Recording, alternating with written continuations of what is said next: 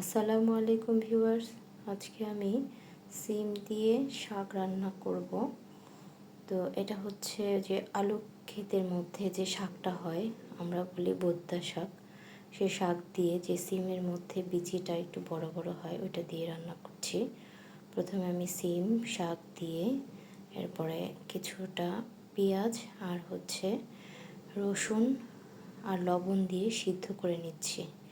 আমি আসলে কাঁচামরিচটা ইউজ করব না, করলে এখনই কাঁচামরিচটা দিয়ে দিতাম। এরপর এটা সিদ্ধ হয়ে যাওয়ার পরে আমি এখানে শুকনো মরিচ, পেঁয়াজ, রসুন দিয়ে আমি এটাকে বাগার দিব। দেখুন এই শাকটা পুরোপুরি সেদ্ধ হয়ে গিয়েছে এবং পানিটা শুকিয়ে তারপরে শাকটাকে ভালো করে সেদ্ধ করে এটাকে মোটামুটি একটু খুন্তি দিয়ে ম্যাশ করা হয়েছে, করে তারপরে আমি এই শাকটাকে বাগার দিচ্ছি। তো এটা আসলে একটু তেল বেশি, রসুন বেশি দিয়ে বাগারটা দিতে হয়, তাহলে শাকটা খুব ভালো লাগে। আর এই শাকটা খেতে আমার কাছে অনেক ভালো লাগে।